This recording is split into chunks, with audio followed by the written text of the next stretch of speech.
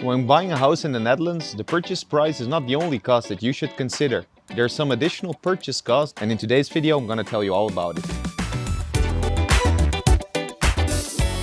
Starting off with your biggest cost, the transfer tax.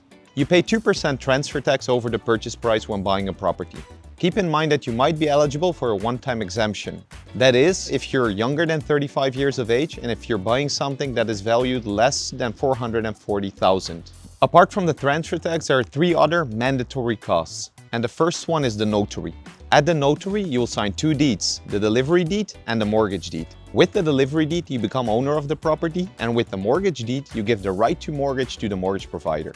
These 2 deeds in total will cost you approximately 2,000 euros. Other costs include the appraisal report. So one of the first things you do when you buy a property is get the house valuated. And that appraisal report will cost you somewhere in the range of between 600 to 800 euros. With the appraisal report, the market value of the property is determined, and it's a mandatory document for your mortgage application. So the sooner you kickstart this process, the better. And the final cost is, of course, our cost for the mortgage advice and the mortgage application. You will have advice and application fees anywhere, so that is why I include it as a mandatory cost in terms of financing. So let's assume a property of 500,000. With these 4 mandatory costs that I just mentioned, you're looking at a total cost of 15,500 to 16,000.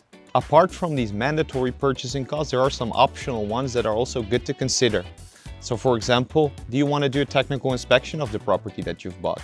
It's like 300 to 400 euros, so not your biggest worry, and in my opinion, highly recommendable. Finally, working with a purchase agent may also add something to this total package of costs. And a purchase agent can really vary in terms of pricing, but a purchase agent has some other benefits. With a purchase agent, you can make sure that you're not overpaying for a property and determine a realistic price. These additional costs can really vary depending on your situation and the purchase price, of course, of the property. And one final thing that I want to mention is that with new construction, the purchase costs are way less, mainly due to the fact that the project developer already covers most of the costs involved.